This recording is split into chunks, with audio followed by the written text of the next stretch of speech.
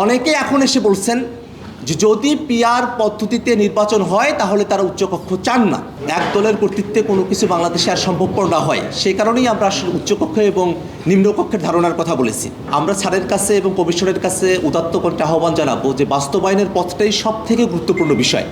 বাস্তবায়নের বিষয়টা নিয়ে যেন রাজনৈতিক দলগুলোর সঙ্গে খোলামেলা পদ্ধতিতে আলোচনা করা হয়, কার্যকারিতার দিকগুলো এবং যে সময়সীমার কথা কমিশনের তরফ থেকে বলা হয়েছিল আমরা সেই সময়সীমাকে প্রত্যাখ্যান করেছি, বরং সেটা যেন ইমিডিয়েটলি ইফেক্টেবল হয় সেরকম ধরনের একটা প্রস্তাবনাই আমাদের তরফ থেকে বলা হয়েছে।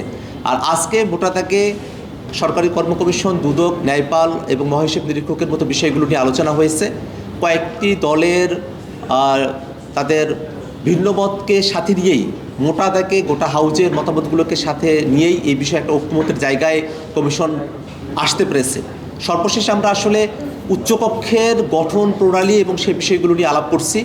কমিশনের তরফ থেকে 100 সিটের একটা উচ্চকক্ষ, যেটা পিআর পদ্ধতিতে ভোটের অনুপাতে সেখানে প্রতিনিধিরা নির্বাচিত হবেন সে প্রস্তাবনা করা হয়েছে। এবং একই সাথে সেই উচ্চকক্ষ সেখানে যে বিলগুলো উত্থাপিত হবে, নিম্নকক্ষের বিলগুলো, সেগুলো আসলে কত সময় পর্যন্ত সেখানে আটকে থাকতে পারে সে ব্যাপারে 2 মাসের সময়সীমার কথা বলা হয়েছে। এবং সংবিধান সংশোধনের ক্ষেত্রে সিম্পল মেজরিটির কথা সেখানে বলা হয়েছে প্রস্তাবে, কিন্তু আমরা আমাদের দলের তরফ থেকে সংবিধান সংশোধনের ক্ষেত্রে 2/3 মেজরিটি যেন উচ্চকক্ষে নিশ্চিত করা হয় সেই কথাটা আমরা বারবার বলেছি।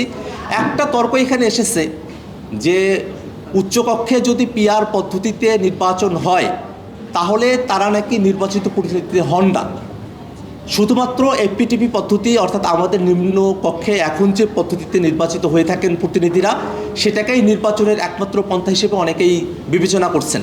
কিন্তু আমাদের বক্তব্য হলো যে গোটা পৃথিবী জুড়েই এই এফপিটিপি এবং পিআর আসলে 2 পদ্ধতিতেই গোটা পৃথিবীতে প্রতিনিধি নির্বাচিত হওয়ার, ইলেক্টেড হওয়ার বিধান রয়েছে, প্র্যাকটিস রয়েছে।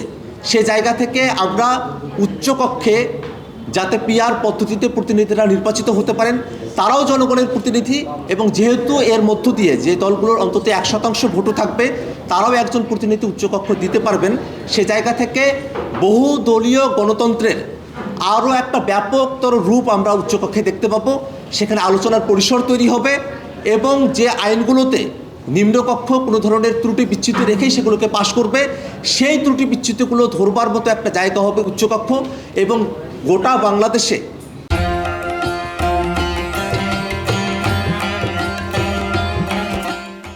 রাজনীতিতে আমরা আইনের জায়গাগুলোতে যে ডিবেটটা দেখি না, যে বিলগুলো সংসদে পাশ হয় সেই বিষয়গুলোতে জনগণের মধ্যে কোনো আলোচনার জায়গাটা তৈরি হয় না, সে আলোচনার একটা ক্ষেত্র প্রস্তুত হওয়ার মতো একটা জায়গা হবে উচ্চকক্ষ। সংবিধানকে সংশোধন করার ক্ষেত্রে এক দল যেভাবে পারে সেভাবে সংশোধন করতে পারে, নিম্নকক্ষে এখনকার যে ফর্মুলা আছে সে অনুযায়ী, সেটা বরং না হয়ে উচ্চকক্ষে যদি পিআর পদ্ধতিতে প্রতিনিধিরা আসেন, যে সংবিধান সংশোধনের বিষয়টাকে আরও আমরা সুরক্ষিত করতে পারি, যাতে এক দলের না হয়ে অনেক দলের এবং জনগণের বেশিরভাগের প্রতিনিধিত্বের মধ্য দিয়েই সংবিধানটাকে আমরা সংশোধন করতে পারি।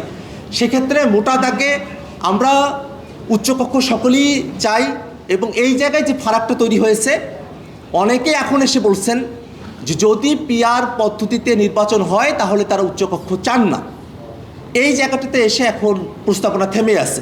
আমরা মনে করি ঐক্যমত্য কমিশন যে প্রস্তাবনা দিয়েছে, ভোটের অনুপাতে পিআর পদ্ধতিতে উচ্চকক্ষের 100 আসন নির্ধারিত হবে, আমরা এই প্রস্তাবের সঙ্গে একমত।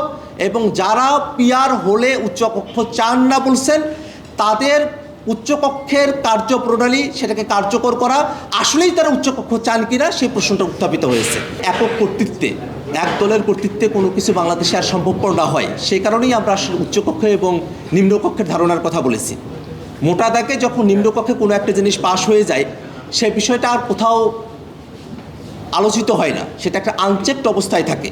সেক্ষেত্রে যখন উচ্চকক্ষে আরও অনেকগুলো দলের প্রতিনিধিত্বের কাছে সেটা রিপ্রেজেন্টেড হবে, সেখানে আলোচিত হবে, সেক্ষেত্রে বাংলাদেশে বর্তমানে যে রাজনীতি, হানাহানি, মারামারি, কাটাকাটি, এই রাজনীতির বাইরে গিয়ে আমরা আসলেই একটা পরিশীলিত পন্থায় আইনের বিষয়গুলো, বিধিবিধানের বিষয়গুলো, যে বিষয়গুলো সংসদে পাশ হওয়ার মতো এবং সে বিষয়গুলো যে জনগণের দৃষ্টিসীমার বাইরে থেকে পাশ হয়ে যায়, সেটা একটা জনপরিষদের আলোচনার জায়গা তৈরি হবে এবং বৈধ পন্থাতেই আইনগত ভিত্তির মধ্য থেকেই সংসদের উচ্চকক্ষে বিভিন্ন দলের প্রতিনিধিরা এই আইনগুলোকে তারা আরও বেশি করে সমৃদ্ধ করার একটা সুযোগ পাবেন।